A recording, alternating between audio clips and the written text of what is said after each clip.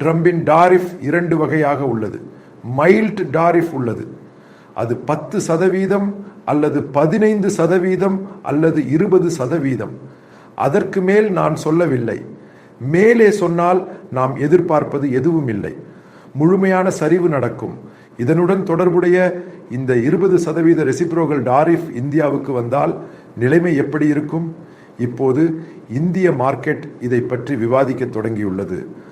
காரணம், ட்ரம்ப் இதை பற்றி மீண்டும் மீண்டும் குறிப்பிடுகிறார். டெஸ்லாவுடன் தொடர்புடையதாக இந்திய அரசாங்கம் அமெரிக்காவுக்கு டாரிஃப் பயன்படுத்துகிறது. ஆனால் அமெரிக்க பொருட்கள் மற்றும் அமெரிக்காவில் உள்ள சாமான்களை வாங்குவதற்கு இந்திய அரசாங்கம் சிறிய அளவிலான டாரிஃப் மட்டுமே குறைத்துள்ளது. நாம் ஒரு 20% டாரிஃபை அமெரிக்க பொருட்களுக்கு விதிக்கும் போது எப்படி இருக்கும் என்பதை சிந்திப்போம். நான் இதை பல டேட்டாக்களை எடுத்து பல இடங்களில் இருந்து சேகரித்து உருவாக்கிய ஒரு விஷயம். இது எனது ஒரு அனுமானம். எந்த வகையில் இது முன்னேறும்? 20% டாரிஃப் அமெரிக்க ஐடி துறையில் விதிக்கப்பட்டால் அது நமது இந்தியாவின் மிகப்பெரிய பூமிங் செக்டராக இருக்கும். இந்தியா அமெரிக்காவுக்கு மிக அதிகம் ஏற்றுமதி செய்யும் ஒரு துறை ஐடி. காரணம், இளம் வயதினருக்கு அதிக வேலை வாய்ப்புகள் கிடைக்கும் ஒரு துறை இது. 20% டாரிஃப் அமெரிக்கா ஐடி துறைக்கு விதிக்கிறது என்று நீங்கள் நினைத்தால் ஏறத்தாழ 12 முதல் 15 லட்சம் இளைஞர்களின் வேலை போய்விடும். அதுவே இதன் முக்கிய அம்சம். இரண்டாவது, இங்குள்ள ஐடி நிறுவனங்களின் விரிவாக்கம் முழுமையாக நின்று போகும். காரணம், பின்னர் அவர்களால் விரிவாக்கம் செய்ய முடியாது. அமெரிக்காவில் இந்த பொருட்கள் அதிகமாக விற்பனையாகும். 197 பில்லியன் வணிகம் அமெரிக்காவுடன் நடைபெறுகிறது. ஐடி ஏற்றுமதியில் 20% டாரிஃப் வந்தால் கணக்கீட்டின்படி இந்த 197 என்பது 120 பில்லியனாக குறையும். 120 பில்லியனாக மாறும்போது அதனுள் ஆட்டோமேஷன் மற்றும் நேரடி வேலைகள் குறைந்து நேரடி வேலைகளாக 12 முதல் 17 லட்சம் பேரின் வேலை போகும். மட்டுமல்லாமல் விரிவாக்கமும் நடக்காது. மேலும் முதலீடுகள் நடக்காது. வெளிநாட்டு நிறுவன முதலீடுகள் ஐடி துறையில் நடக்காது. பதிலாக இது போன்ற மலிவான பல நாடுகள் உள்ளன. அதாவது வியட்நாம் உள்ளது, கிழக்கு ஐரோப்பிய நாடுகள் உள்ளன. அவர்கள் எப்போது இது வரும் என்று பச்சை கம்பளி விரித்து காத்திருக்கிறார்கள். இந்த நிறுவனங்கள் அனைத்தும் அங்கு செல்லும். அதாவது இந்திய ஐடி துறை நிறுவனங்கள் முடிந்து போகும். இதன் தாக்கம் ஸ்டாக் மார்க்கெட்டில் இருக்கும். 30 முதல் 40% வரை சரிவு ஏற்படும்.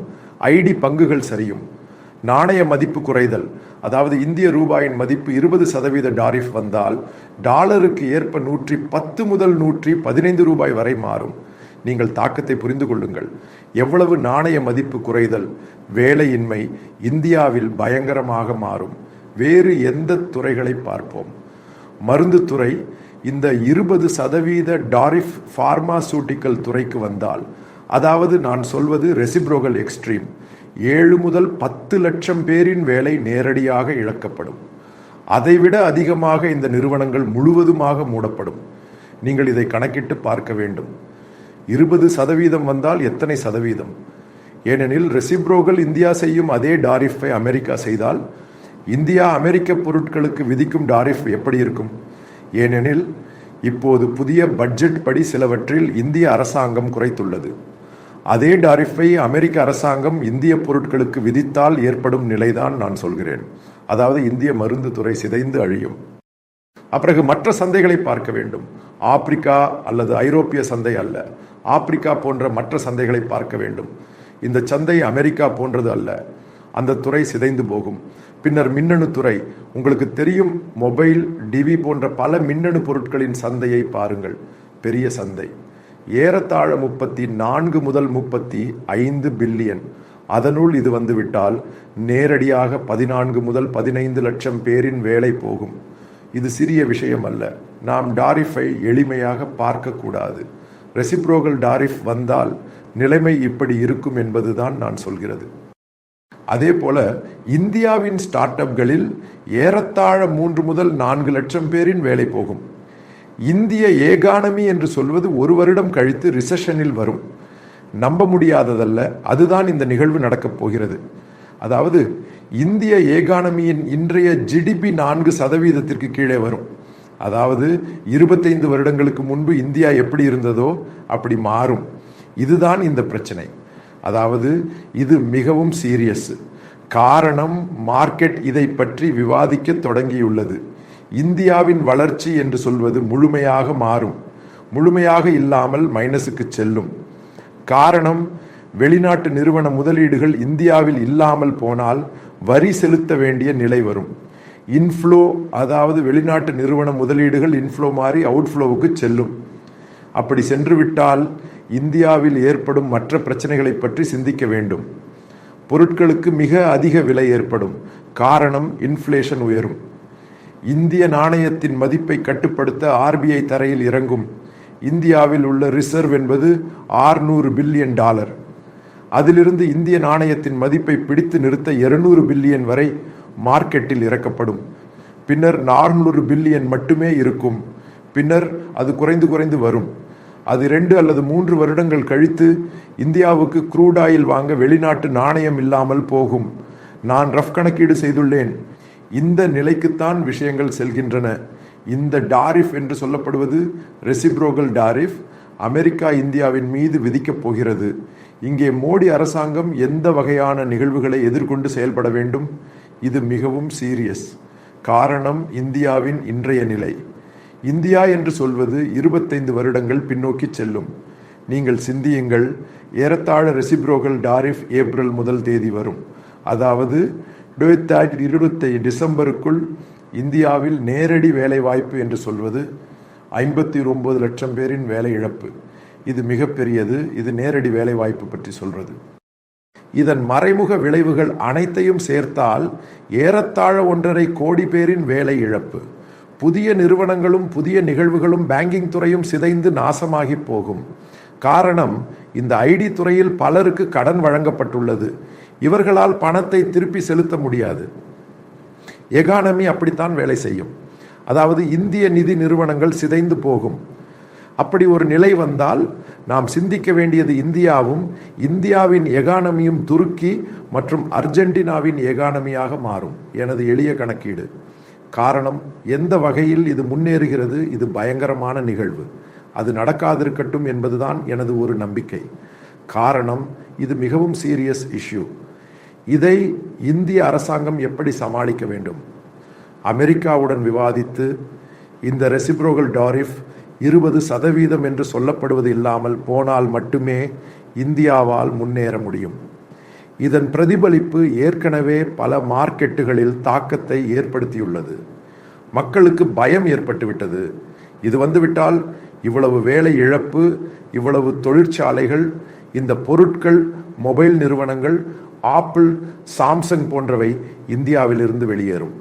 காரணம், அவர்கள் மீது 20% வரி வருமா, அமெரிக்காவில் வருமா என்று பார்க்காமல் அவர்கள் உடனடியாக இங்கிருந்து பொருட்களை அங்கு மாற்றுவார்கள். புரிந்து கொள்ளுங்கள், இந்தியாவின் கோலாப்பு நடக்கப் போகிறது. அது நடக்காதிருக்க மோடி அரசாங்கம் முயற்சி செய்ய வேண்டும். இது சிம்பிள் ஆயிட்டுள்ள சம்பவம் ஒன்றுமில்லை. இப்போதைய ஒரு கண்டிஷனில் நமக்கு அமெரிக்காவை வெல்லுவெடுத்து கொண்டு முன்னோடி போக சாதிக்க மாட்டோம். சில ஆள்களுக்கு தாரணை உண்டு. நீங்கள் ஜஸ்ட் ஒன்று கால்குலேட் செய்யுங்கள். ஏகாதேசம் 1 ட்ரில்லியன் எக்ஸ்போர்ட் செய்யும் ஒரு ராஜ்யமான இந்தியா, அதன் மகாபூரிபக்ஷம் அமெரிக்காவிலேயே செய்யப்படுகிறது. காரணம், அமெரிக்காவே மிகப்பெரிய மார்க்கெட். அதேபோல் பையிங் பவர் உள்ள மார்க்கெட் மற்ற ராஜ்யங்களில் மிக குறைவாகவே உள்ளது. காரணம், அங்கிருந்து தான் ஆள்கள் இதை வாங்க வேண்டும். இந்த ஐடி ஆகட்டும், மிகப்பெரிய அளவில் அவுட் சோர்சிங் நடக்கிறது. இந்தியாவின் பல கம்பெனிகள் குளோபல் கம்பெனிகள். இந்த கம்பெனிகள் எல்லாம் தகர்ந்து போகும் ஒரு சூழ்நிலையை ஒரு முறை சிந்தித்து பாருங்கள். இந்தியன் எக்கானமி ரிஷன் என்று நான் வெறுமனே சொன்னது அல்ல. 4% ஜிடிபி. இந்தியா பின்னோக்கி போனால் ரிஷன் தானே ஏற்படும். அதாவது இங்கே ஒருவருக்கு வாழ முடியாத நிலைமைக்கு மாறிவிடும். வல்லாத்தொரு டிராப்பில் இந்தியாவை விட்டு வைத்திருக்கிறோம். நாம் முதலில் எதிர்பார்க்கும் டாரிஃப் போன்றவை அல்ல. நாம் இதன் ரியாலிட்டிக்கு வரும்போது, காரணம், எல்லா பொருட்களும் எல்லா தீ விலையாகிவிடும். சாதாரண மனிதனுக்கு வாழ முடியாது. அந்த முறையில் விஷயங்கள் மாறும்.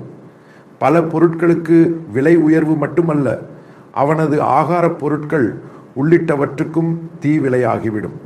சாதாரண மனிதனுக்கு வாழ முடியாத நிலைமைக்கு ஆகிவிடும். எந்த முறையில் இதை மோடி கவர்மெண்ட் கையாளுகிறது என்று பார்ப்போம். அதை பற்றி ஆள்கள் கவனம் செலுத்துவதால் ஒருபோதும் ரெசிப்ரோக்கல் என்று சொல்லப்படும் டாரிஃப் இந்தியாவால் ஏற்றுக்கொள்ள முடியாது. அப்போது இந்தியா எந்த வழியில் அதை கொண்டு வரும்? அதேபோல் இந்த டெஸ்லா ஆகட்டும், மற்ற கார்களின் விஷயத்தில் இந்தியா யுக்திபரமான நடவடிக்கை எடுக்க வேண்டும். சில சமயங்களில் இந்தியன் மேனுபேக்சரர்களுக்கு எஃபெக்ட் ஆகும். காரணம், இந்தியன் கார் மேனுபேக்சரர்களுக்கும் மற்ற மேனுபேக்சரர்களுக்கும் இங்கே அமெரிக்காவுடன் ஒத்துப்போக முடியாது. சைனாவும் திணறி போனது. சைனா உலகின் மிகப்பெரிய மேனுபேக்சரிங் ஹம்ப். ஆனால் இந்தியா ஒரு குதிக்கும் ஏகானமி. இந்த ஒரு சந்தர்ப்பத்தில் ரெசிப்ரோக்கல் டாக்ஸ் என்று சொல்வது இந்தியாவின் நட்டல்ல அடித்து தள்ளிவிட்டது எல்லா முறைகளிலும். இந்த காணும் சாட்டு ஒன்றும் ஆகாது, ஒரு வருடம் கழிந்தபின் ஏற்பட போவது. ஏப்ரல் முதல் ரெசிப்ரோக்கல் என்று ஏகாதேசம் சொல்கிறார்கள். அதற்கு முன் ஒரு சொல்யூஷன் உருவாக்கி அமெரிக்காவுடன் ஒரு தாரணையில் முன்னோடி போவதுதான் இப்போதைய நிலைக்கு கவர்மெண்ட் ஆஃப் இந்தியாவுக்கு மிக நல்லது.